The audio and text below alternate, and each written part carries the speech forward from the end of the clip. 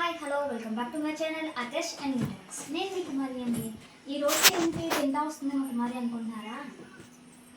మీరు తమిళలో చూసే ఉంటారు కదా. ఈ రోజు అయితే మా సిస్టర్ అయితే ఫ్రైడ్ రైస్ అయితే చేసిందండి. Roasted chicken prawns fried rice అనమాట. చాలా అంటే చాలా టేస్టీగా ఉంది. మీరు కూడా అయితే తప్పనిసరిగా అయితే ట్రై చేయండి. ఇప్పుడైతే మనం ప్రాసెస్లోకి అయితే వెళ్ళిపోదామండి. నేను ముందుగా 2 కేజీ రైస్ క్వాంటిటీకి అయితే నేను ప్రాసెస్ చెప్తున్నానండి. ముందుగా అయితే నేను 30 కేజీ చికెన్ అయితే తెచ్చుకున్నాను. దాన్ని 2 టైమ్స్ అయితే వాష్ చేసేసుకోవాలండి. వాష్ చేసుకున్న తర్వాత నేను 2 టేబుల్ స్పూన్స్ ఆఫ్ అల్లం వెల్లుల్లి పేస్ట్ వేసుకున్నానండి. తర్వాత 2 table spoons of corn flour add చేసుకున్నాను. తర్వాత హాఫ్ టేబుల్ స్పూన్ ఆఫ్ పసుపు యాడ్ చేసుకోవాలండి. తర్వాత 1 టేబుల్ స్పూన్ ఆఫ్ కారం కూడా యాడ్ చేసేసుకోవాలి. మనకి టేస్ట్‌కి తగినట్టుగా ఉప్పు కూడా యాడ్ చేసుకోవాలండి అందులో. నేను 1 table spoon of chicken masala కూడా ఇందులో అయితే యాడ్ చేసుకున్నానండి. ఇలా మొత్తం అన్నీ యాడ్ చేసుకున్న తర్వాత మనం మొత్తం అయితే అన్నిట్లికి ముక్కలకి పట్టేలాగా మిక్స్ చేసేసుకొని ఒక హాఫ్ అన్ అవర్ అయితే మనం దీన్ని చికెన్ అయితే పక్కన పెట్టుకోవాలండి. నెక్స్ట్ కూడా రొయ్యలను తీసుకున్నానండి. నెక్స్ట్ అయితే రొయ్యలను కూడా నేను హాఫ్ కేజీ రొయ్యలనైతే తీసుకున్నాను. తీసుకున్న తర్వాత దాన్ని పొట్టు వలిచేసి ఇలా వాష్ చేసేసుకున్న తర్వాత 1 టేబుల్ స్పూన్ ఆఫ్ అల్లం వెల్లుల్లి పేస్ట్, 1 టేబుల్ స్పూన్ ఆఫ్ కారం, పావు టేబుల్ స్పూన్ ఆఫ్ పసుపు, 1 టేబుల్ స్పూన్ ఉప్పు వేసేసుకొని తర్వాత 2 table spoon of corn flour కూడా యాడ్ చేసేసుకొని మిక్స్ చేసేసుకొని దీన్ని కూడా నేనైతే పక్కన పెట్టేసుకున్నానండి. ఇది కూడా ఒక పావు గంట అయితే మనకి మ్యాగ్నెట్ అయితే సరిపోతుందండి. తర్వాత స్టవ్ ఆన్ చేసేసుకొని బాణీ అయితే పెట్టుకొని ఆయిల్ అయితే పోసుకొని హీట్ చేసుకున్న తర్వాత నేను చికెన్ పక్కనే పెట్టుకున్నాను కదండీ మ్యాగ్నేట్ చేసి, అవైతే ఆయిల్‌లో అయితే డీప్ ఫ్రై కోసం అయితే ఆయిల్‌లో అయితే వేసేసుకున్నానండి. ఎప్పుడైనా మనం చికెన్ ఫ్రై చేసినప్పుడు ఫస్ట్ అయితే హైలో అయితే పెట్టుకొని మనం ఆయిల్ అయితే వేసుకోవాలండి. మనకి ఇలా నురగపోయిన తర్వాత మనం కొంచెంసేపు అయితే సిమ్‌లో పెట్టుకున్నట్టయితే మనకి చాలా బాగా అయితే ఫ్రై అవుతుందండి. లేకపోతే మనకి పైకి ముక్క గట్టిగా ఉండి లోపల పచ్చిగా ఉంటుందనమాట. అందుకే సిమ్‌లో పెట్టుకొని ఫ్రై చేసుకోవాలి. నెక్స్ట్ అయితే రొయ్యలను కూడా ఆ విధంగానే ఫ్రై చేసుకుంటున్నానండి. మనం మ్యాగ్నేట్ చేసుకొని పక్కన పెట్టుకున్నాం కదండీ! అదే రొయ్యలు ఫస్ట్ అయితే హైలో పెట్టుకొని ఫ్రై చేసుకుంటున్నానండి. తర్వాత సిమ్‌లో పెట్టుకొని వాటిల్నైతే ఫ్రై చేసుకోవాలనమాట అండి రొయ్యల్ని కూడా. లేకపోతే పచ్చి పచ్చిగా ఉంటుందనమాట.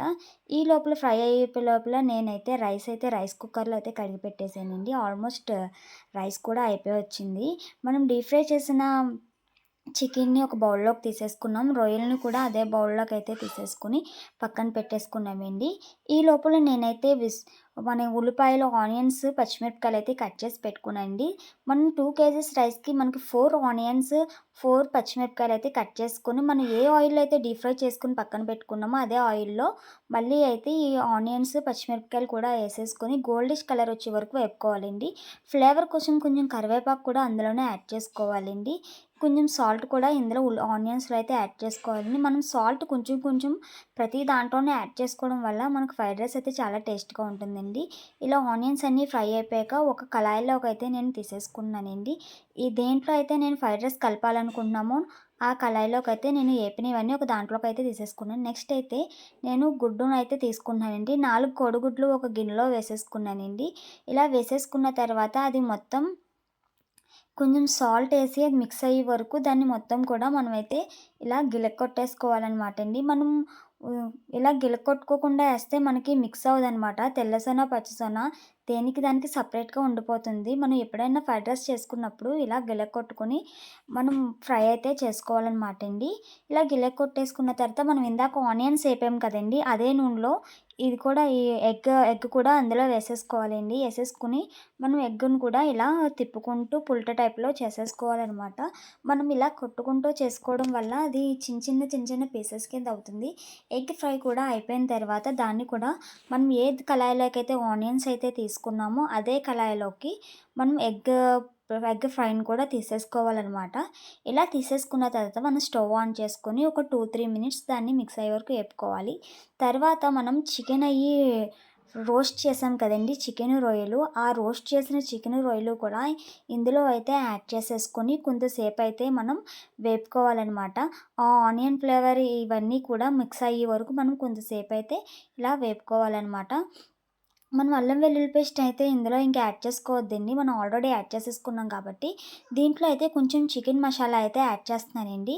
చికెన్ మసాలా అంటే ఒక 2-3 table spoons of chicken masala అయితే పడుతుంది. నేను ఇంకా విడిగా ఏం మసాలాస్ అయితే యాడ్ చేయట్లేదండి. ఆల్రెడీ నేను చికెన్ ఫ్రై చేసినప్పుడు యాడ్ చేశాను కదా! నెక్స్ట్ అయితే కారం అయితే యాడ్ చేసుకోవాలండి. ఇందులో అయితే నాకు 2 టేబుల్ స్పూన్ ఆఫ్ కారం అయితే పట్టిందనమాట. కారం అయితే యాడ్ చేసుకొని మొత్తం అంతా కలిసే వరకు మనం అయితే మిక్స్ చేసుకోవాలండి. కొంచెం పసుపు కూడా యాడ్ చేసుకున్నాను. తర్వాత మనము రైస్‌కి సాల్ట్ కావాలి కదండీ! సాల్ట్ కోసం మనం ఎంత టేస్ట్ అయితే మనం సాల్ట్ అయితే యేసుకుంటున్నామో టేస్ట్ చూసుకొని మనం సాల్ట్ అయితే యాడ్ చేసుకోవాలనమాట. నాకు ఇందులో అయితే 3 టేబుల్ స్పూన్స్ ఆఫ్ సాల్ట్ అయితే పట్టిందండి.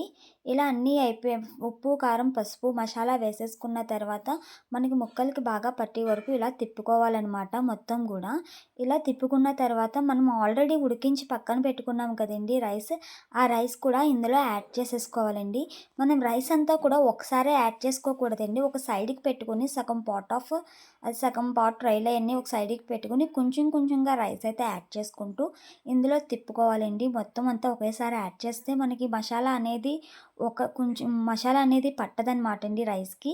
ఇలా కొంచెం కొంచెం యాడ్ చేసుకుంటూ మనం తిప్పుకుంటూ ఉండాలండి. ఇంకొకటి మెయిన్ విషయం ఏంటంటే మనం ఫ్రైడ్ రైస్ చేసినప్పుడు ఎప్పుడైనా సరే రైస్ కొంచెం పదునుగా వార్చుకోవాలనమాట అండి.